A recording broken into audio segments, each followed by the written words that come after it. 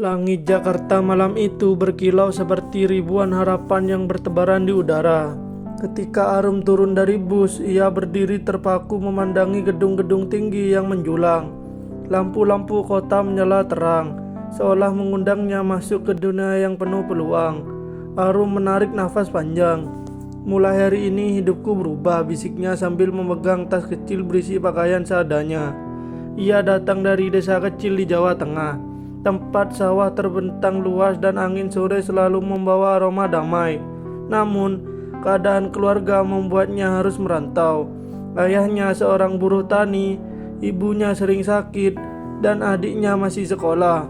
Arum ingin menjadi harapan baru. Ia ingin menjadi anak yang dibanggakan. Awalnya Arum bekerja sebagai pelayan di sebuah kafe sederhana. Meskipun gajinya pas-pasan, ia selalu menyapa pelanggan dengan senyum. Namun ketika ia melihat media sosial, hatinya mulai goyah. Teman-temannya tampak hidup mewah, nongkrong di kafe mahal, memakai tas bermerek, liburan sana-sini. Sementara dirinya pulang kerja dengan kaki pegal dan dompet hampir kosong. Suatu malam, teman kosnya berkata, "Rum, kalau kamu mau hidup nyaman di Jakarta, ada jalan cepat. Banyak om-om kaya yang cuma butuh ditemani makan. Mereka baik, dan kamu bisa dapat uang banyak." Arum terdiam. Ia tidak ingin jalan itu. Namun kata-kata itu perlahan menempel di pikirannya, terutama ketika ia memikirkan keluarganya di kampung. Cahaya kota memang indah, tapi seringkali membutakan. Hari demi hari hidup Arum semakin berat. Gaji kafe mulai tidak cukup menutup biaya kos, makan, dan uang yang harus ia kirim ke kampung. Hingga suatu malam telepon dari desa membuat seluruh dunianya runtuh. Suara ibunya terdengar lemah. "Rum, kalau bisa kirim sedikit uang nak, ibu sudah 2 hari gak enak badan." Arum terdiam, dadanya sesak. Ia ingin membantu, tapi jumlah di rekeningnya bahkan tidak cukup untuk membayar kos bulan depan. Ia duduk termenung di kamar kos sempitnya. Suara motor, hiruk-pikuk kota, dan lampu-lampu dari luar jendela terasa seperti tekanan baru. Di saat itu, temannya kembali berkata, "Rum, kamu bisa pilih tetap capek kerja seharian dengan gaji kecil, atau kamu mau cara cepat biar keluarga kamu kebantu." Arum memejamkan mata. Ia tahu apa maksud temannya. Akhirnya Arum dibawa untuk bertemu seorang pengusaha parubaya bernama Pak Steven. Mereka bertemu di restoran yang belum pernah ia datangi seumur hidup. Lampu gantung kristal, lantai marmer, musik lembut, semuanya terasa asing baginya. "Kamu hanya perlu menemani saya makan, tidak lebih," kata Pak Steven ramah. Arum ragu-ragu, tapi kebutuhan hidup memojokkannya. Ia pun setuju. Setelah makan, sebuah amplop tebal diserahkan kepadanya. "Untukmu," kata Pak Steven. Di perjalanan pulang, Arum memandangi amplop itu lama sekali. Perasaannya campur aduk, lega, sedih, takut, tapi juga merasa bersalah. Ia tahu ia baru saja melewati batas yang tidak pernah ia bayangkan sebelumnya. Ia membatin, apa aku sedang menyelamatkan keluargaku atau sedang menghancurkan diriku sendiri? Setelah beberapa minggu menjalani hidup barunya, Arum mulai terbiasa menerima amplop tebal setiap kali menemani makan malam para pengusaha parubaya. Ia mengenakan gaun sederhana namun rapi, sepatu yang ia beli dari hasil kerja kerasnya, dan parfum murah yang membuatnya tampak lebih percaya diri. Dari luar, hidupnya terlihat meningkat. Teman-teman kosnya memujinya. "Wah Rum, sekarang makin glowing, makin kaya ya." Tapi mereka tidak tahu bahwa di balik senyum Arum ada badai yang terus berputar. Arum mulai membeli lipstik mahal, tas yang dulu hanya ia lihat di etalase, dan sesekali makan di kafe mewah untuk mengambil foto. Semua itu bukan untuk membahagiakan diri, tapi karena ia takut terlihat tidak selevel dengan orang-orang yang ia temani. Ia terjebak dalam lingkungan gaya hidup yang membuatnya semakin tergantung. Namun setiap malam ketika membuka pintu kamar kos kecilnya, Arum selalu kembali menjadi dirinya yang rapuh. Ia menatap wajahnya di cermin. Make up memudar, Mata lelah, hati hampa. Ini bukan aku, bisiknya pelan. Konflik batin makin besar ketika ibunya kembali meminta bantuan. Arum ingin membantu, tapi ia sadar uang yang ia kirimkan berasal dari jalan yang membuatnya harga dirinya terkikis sedikit demi sedikit. Ia mulai merasa bersalah, merasa kehilangan arah.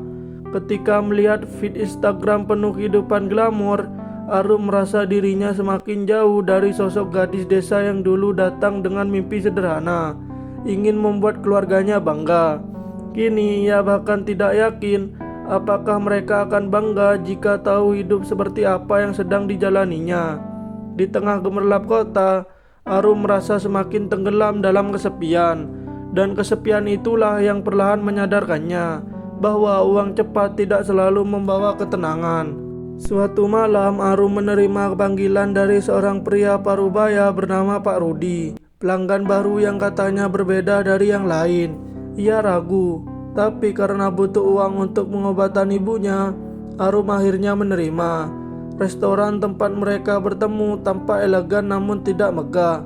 Musiknya lembut, pencahayaannya hangat, dan suasana jauh lebih tenang dari restoran-restoran sebelumnya. Saat Arum datang, Pak Rudi berdiri dan menyambut dengan sopan. "Kamu Arum ya? Silakan duduk," ucapnya dengan senyum ramah. Malam itu berjalan berbeda. Pak Rudi tidak banyak bicara tentang bisnis atau pamer kekayaan. Justru ia bertanya tentang keluarga Arum, kampung halamannya, dan impian masa kecilnya. Arum sempat bingung. Tidak ada tatapan menilai, tidak ada godaan aneh, hanya perhatian tulus yang jarang ia temui. "Kenapa kamu memilih jalan seperti ini, Nak?" tanya Pak Rudi dengan suara lembut namun tegas. Arum tersentak. Pertanyaan itu terasa seperti pukulan keras. "Saya cuma ingin bantu keluarga," jawabnya. "Saya ingin hidup layak, saya ingin terlihat berharga." Pak Rudi menatapnya lama, seolah membaca kegelisahan yang selama ini ia sembunyikan. "Arum, harga diri itu bukan dari tas mahal atau restoran yang kamu datangi. Harga diri datang dari cara kamu menghargai dirimu sendiri." Arum menunduk, air matanya mulai memenuhi pelupuknya. "Kalau kamu mau, saya bisa bantu kamu kerja yang lebih terhormat," lanjut Pak Rudi. "Tapi kamu harus benar-benar mau berubah." Malam itu menjadi titik balik dalam hidup Arum. Untuk pertama kalinya seorang tidak meminta apapun darinya. Seseorang justru mengingatkannya siapa dirinya yang sebenarnya. Dan di dalam hati Arum sebuah harapan kecil mulai tumbuh kembali. Keesokan paginya Arum menatap dirinya di cermin kamar kos yang sempit. Wajahnya tampak lelah, namun untuk pertama kalinya dalam waktu lama ia merasa ingin berubah. Kata-kata Pak Rudi terus terngiang-ngiang di kepalanya. Harga diri datang dari cara kamu menghargai diri sendiri. Arum pun mengambil keputusan besar. Keputusan yang membuat tangannya gemetar saat ia mengetiknya. Ia berhenti. Ia menolak semua ajakan makan malam, semua pesan dari pria-pria yang selama ini menjadi sumber uang cepatnya. Meski hatinya takut, Arum merasa seperti menarik nafas lega setelah sekian lama tenggelam dalam tekanan. Ia kembali bekerja di kafe kecil tempat ia dulu bekerja. Gajinya memang tidak besar, tetapi setiap rupiah terasa lebih jujur, lebih layak, lebih membuatnya bisa tidur tanpa rasa bersalah. Arum mulai belajar hidup sederhana lagi, membawa bekal dari kos, berjalan kaki untuk menghemat ongkos, dan menekan keinginan mengambil barang-barang mahal. Perubahan itu tidak mudah.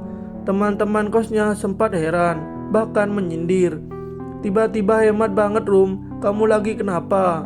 Arum hanya tersenyum. Tidak semua orang perlu tahu perjuangan yang ia jalani. Sementara itu Pak Rudi yang melihat kesungguhannya benar-benar menjaga janji. Ia menghubungi Arum dan berkata, "Kalau kamu masih ingin mencoba kerja baru, datanglah ke kantor saya. Kita mulai dari posisi magang dulu." Arum menerima tawaran itu. Ia belajar dasar-dasar marketing, pelayanan pelanggan, hingga pemasaran digital. Ia sempat salah mengetik email, salah input data, bahkan dimarahi supervisor. Namun ia tidak menyerah. Setiap hari ia datang lebih awal dan pulang paling akhir. berusaha membuktikan bahwa dirinya layak mendapat kesempatan kedua.